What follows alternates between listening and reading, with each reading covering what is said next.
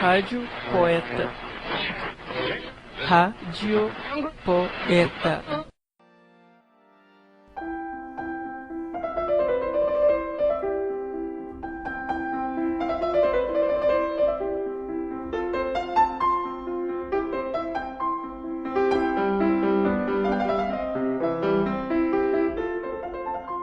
Negrinha era uma pobre órfã de 7 anos. Preta? Não. Fusca, mulatinha escura de cabelos russos e olhos assustados. Nascera na senzala de mãe escrava, e seus primeiros anos vivera-os pelos cantos escuros da cozinha, sobre velha esteira e trapos imundos. Sempre escondida, que a patroa não gostava de crianças. Excelente senhora, patroa, gorda, rica, dona do mundo, a mimada dos padres, com lugar certo na igreja e camarote de luxo reservado no céu. Entaladas as banhas no trono, uma cadeira de balanço na sala de jantar. Ali bordava, recebia as amigas e o vigário, dando audiências, discutindo o tempo. Uma virtuosa senhora, em suma, dama de grandes virtudes apostólicas, esteio da religião e da moral, dizia o reverendo. Ótima a Dona Inácia, mas não admitia choro de criança. Ai, punha-lhe os nervos em carne viva. Não acalejara o choro da carne de sua carne, e por isso não suportava o choro da carne alheia. Assim, mal vagia longe na cozinha, a triste criança gritava logo nervosa: "Quem é a peste que está chorando aí?" Quem havia de ser? A pia de lavar pratos? O pilão? O forno?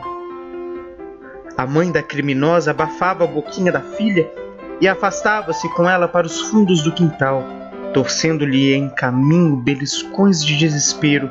"Shhh, cala a boca, diabo!" No entanto, aquele choro nunca vinha sem razão. Fome quase sempre, ou frio, desses que entanguem pés e mãos e fazem-nos doer. Assim cresceu Negrinha, magra, atrofiada, com os olhos eternamente assustados. Órfã aos 4 anos, por ali ficou feito gato sem dono, levada a pontapés. Não compreendia a ideia dos grandes. Batiam-lhe sempre, por ação ou omissão. A mesma coisa, o mesmo ato, a mesma palavra provocava ora risadas, ora castigos. Aprendeu a andar, mas quase não andava. Com pretextos de que as soltas reinariam no quintal, estragando as plantas, a boa senhora punha-a na sala, ao pé de si, num desvão da porta. "Sentadinha aí, hein? E bico!" Negrinha imobilizava-se no canto, horas e horas.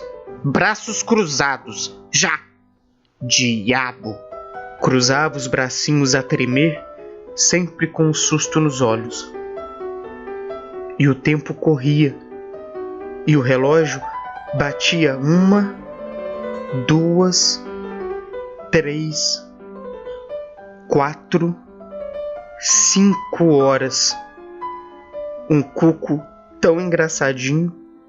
Era seu divertimento vê-lo abrir a janela e cantar as horas com a bocarra vermelha, arrufando as asas. Sorria-se então por dentro, feliz um instante. Puseram-na depois a fazer crochê, e as horas se lhe iam a espichar trancinhas sem fim. Que ideia faria de si essa criança que nunca ouvira uma palavra de carinho? Pestinha, diabo, coruja, barata descascada, bruxa, patachoca, pinto gorado, mosca morta, sujeira, bisca, trapo, cachorrinha, coisa ruim, lixo. Não tinha conta o número de apelidos com que a mimoseavam. Tempo houve em que foi a bubônica. A epidemia andava na berra como a grande novidade, e Negrinha viu-se logo apelidada assim, por sinal que achou linda a palavra. Perceberam-no e suprimiram-na da lista. Estava escrito que não teria um gostinho só na vida, nem esse de personalizar a peste. O corpo de Negrinha era tatuado de sinais, cicatrizes, vergões. Batiam nele os da casa todos os dias, houvesse ou não houvesse motivo. Sua pobre carne exercia para os cascudos cocres e beliscões, a mesma atração que o ímã exerce para o aço. Mãos em cujos nós de dedos comichasse um cocre era a mão que se descarregaria dos fluidos em sua cabeça. De passagem, coisa de rir e ver a careta. A excelente Dona Inácia era mestre na arte de judiar de crianças. Vinha da escravidão, fora senhora de escravos e daquelas ferozes, amigas de ouvir cantar bolo e estalar o bacalhau. Nunca se afizera ao regime novo. Essa indecência de negro igual a branco e qualquer coisinha a polícia. Qualquer coisinha, uma mucama assada ao forno, porque se engraçou dela o Senhor. Uma novena de relho, porque disse: como é ruim assim há. O 13 de maio tirou-lhe das mãos o azorrague, mas não lhe tirou da alma a gana. Conservava a Negrinha em casa como remédio para os frenesis. Inocente derivativo. Ai, como alivia a gente uma boa roda de cocres bem fincados. Tinha de contentar-se com isso. Judiaria miúda, os níqueis da crueldade. Cocres, mão fechada com raiva e nós de dedos que cantam no coco do paciente. Puxões de orelha, o torcido de despegar a concha, bom, bom, bom, gostoso de dar, e o a duas mãos, o sacudido. A gama inteira de beliscões, do miudinho com a ponta da unha, a torcida do umbigo, equivalente ao puxão de orelha. A esfregadela, roda de tapas, cascudos, pontapés e safanões a uma, divertidíssimo. A vara de marmelo, flexível, cortante, para doer fino, nada melhor. Era pouco, mas antes isso do que nada. Lá de quando em quando vinha um castigo maior para desobstruir o fígado e matar as saudades do bom tempo. Foi assim com aquela história do ovo quente. Não sabem? Ora, uma criada nova furtara do prato de Negrinha, coisa de rir, um pedacinho de carne que ela vinha guardando para o fim. A criança não sofreou a revolta. Atirou-lhe um dos nomes com que a mimoseavam todos os dias. Peste? Espera aí! Você vai ver quem é Peste! E foi contar o caso à patroa. Dona Inácia estava azeda, necessitadíssima de derivativos. Sua cara iluminou-se. Eu curo ela, disse, e desentalando do trono as banhas, foi para a cozinha, qual peru a choca, a rufar as saias. Traga um ovo. Veio o ovo. Dona Inácia mesmo pô-lo na água a ferver e de mãos à cinta, gozando-se na prelibação da tortura, ficou de pé uns minutos à espera. Seus olhos contentes envolviam a miséria criança que, encolhidinha um canto, aguardava trêmula alguma coisa de nunca visto. Quando o ovo chegou a ponto, a boa senhora chamou: "Venha cá." Negrinha aproximou-se. "Abra a boca." Negrinha abriu a boca como cuco e fechou os olhos.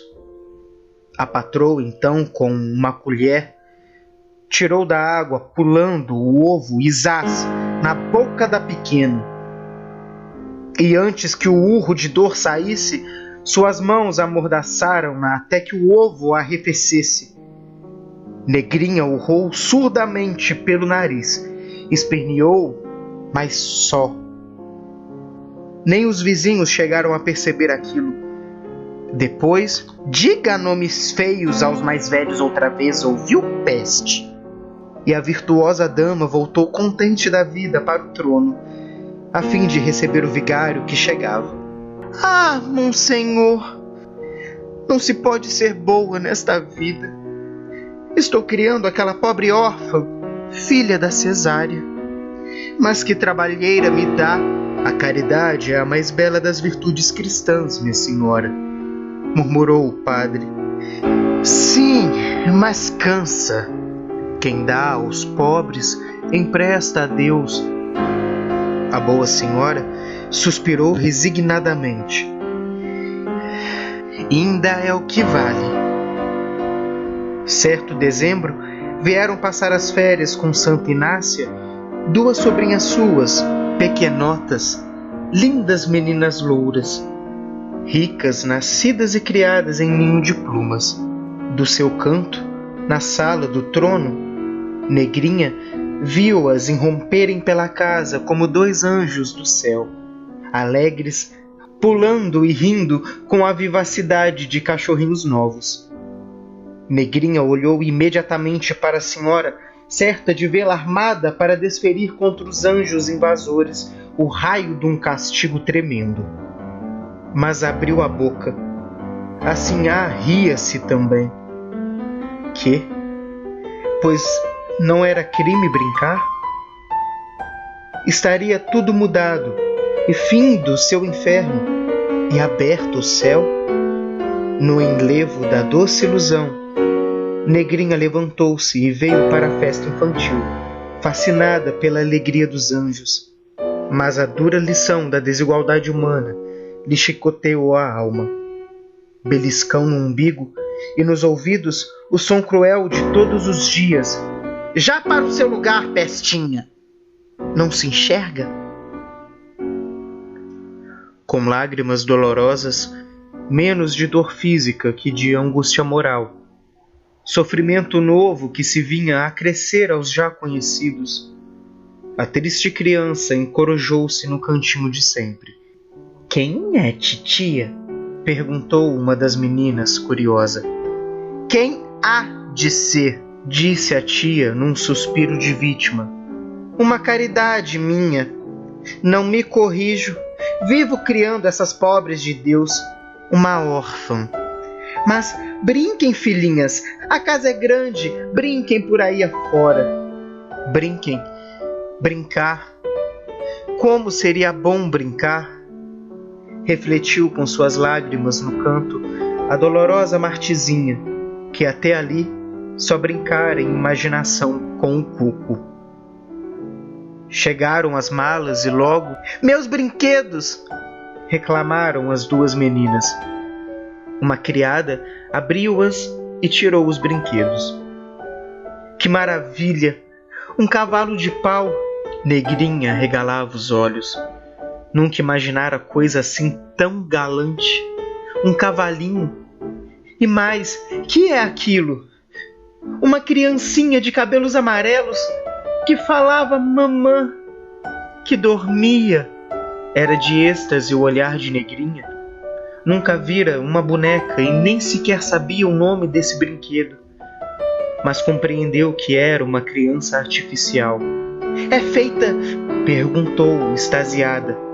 E dominada pelo enlevo, no momento em que a senhora saiu da sala providenciar sobre a arrumação das meninas, Negrinha esqueceu o beliscão, o ovo quente, tudo, e aproximou-se da criança de louça. olhou-a com assombrado encanto, sem jeito, sem ânimo de pegá-la. As meninas admiraram-se daquilo. Nunca viu boneca? Boneca? Repetiu Negrinha. Chama-se boneca? Riram-se as fidalgas de tanta ingenuidade. Como é boba! Disseram. E você, como se chama? Negrinha. As meninas novamente torceram-se de riso, mas vendo que o êxtase da bobinha perdurava, disseram apresentando-lhe a boneca: Pegue! Negrinha olhou para os lados, ressabiada, com o coração aos pinotes. Que ventura, santo Deus! Seria possível? Depois pegou a boneca e, muito sem jeito, como quem pega o senhor menino, sorria para ela e para as meninas com assustados relanços de olhos para a porta. Fora de si, literalmente, era como se penetrara no céu e os anjos a rodeassem, e um filhinho de anjo lhe tivesse vindo adormecer ao colo. Tamanho foi o seu enlevo que não viu chegar a patroa já de volta. Dona Inácia entreparou feroz e esteve uns instantes assim, apreciando a cena. Mas era tal a alegria das hóspedes ante a surpresa estática de Negrinha, e tão grande a força irradiante da felicidade desta, que o seu duro coração, afinal, bambeou. E pela primeira vez na vida foi mulher. Apiedou-se. Ao percebê-la na sala, Negrinha havia tremido, passando-lhe num relance pela cabeça a imagem do ovo quente e hipóteses de castigos ainda piores, e incoercíveis lágrimas de pavor assomaram-lhe aos olhos. Falhou tudo isso, porém. O que sobreveio foi a coisa mais inesperada do mundo. Estas palavras, as primeiras que ela ouviu, doces na vida. Vão todas brincar no jardim. E vá você também. Mas veja lá, hein? Negrinha ergueu os olhos para a patroa, olhos ainda de susto e terror, mas não viu mais a fera antiga. Compreendeu vagamente e sorriu. Se alguma vez a gratidão sorriu na vida, foi naquela surrada carinha. Varia a pele, a condição, mas a alma da criança é a mesma, na princesinha e na mendiga. E para ambas é a boneca o supremo enlevo. Dá à natureza dois momentos divinos à vida da mulher: o momento da boneca, preparatório, e o momento dos filhos, definitivo. Depois disso, está extinta a mulher. Negrinha, coisa humana, percebeu nesse dia da boneca que tinha uma alma. Divina eclosão, surpresa maravilhosa do mundo, que trazia em si e desabrochava, afinal, como fulgurante flor de luz. Sentiu-se elevada à altura de ente humano. Cessara de ser coisa, e doravante ser-lhe-ia impossível viver a vida de coisa.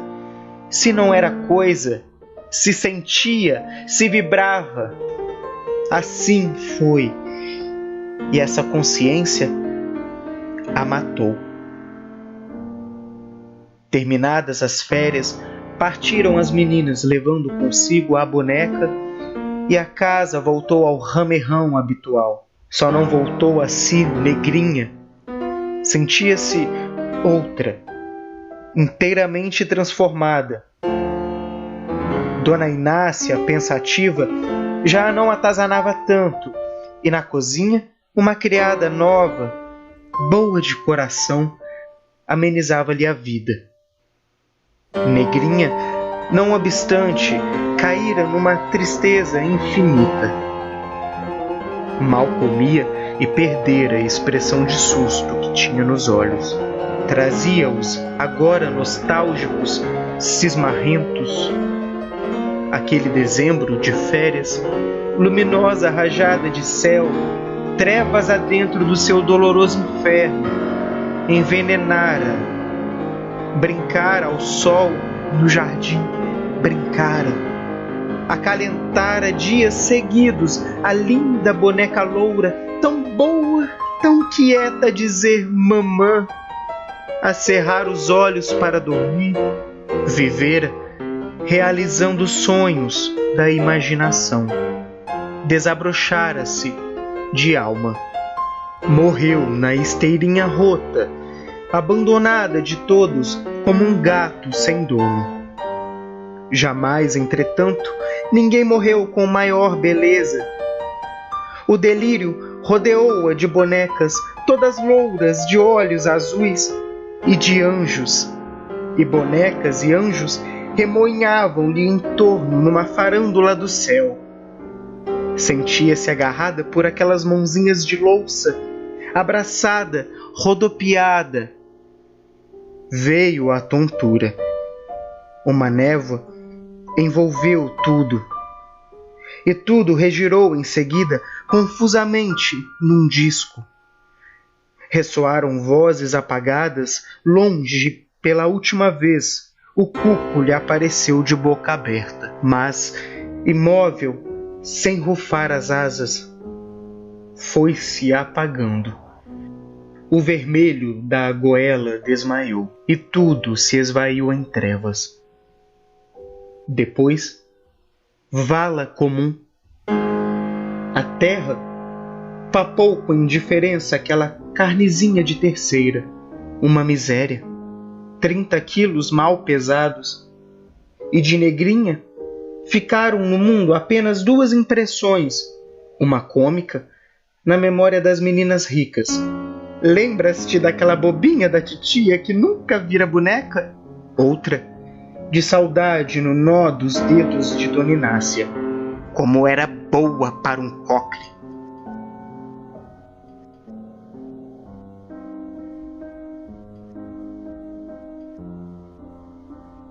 Negrinha, conto de Monteiro Lobato.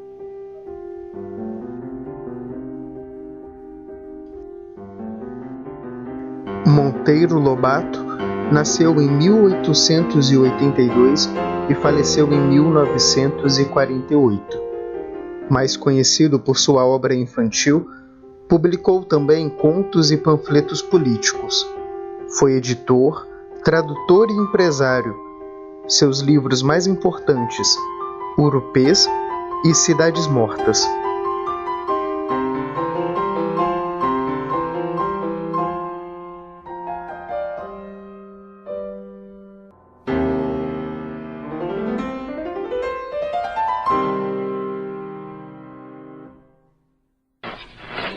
Rádio Poeta.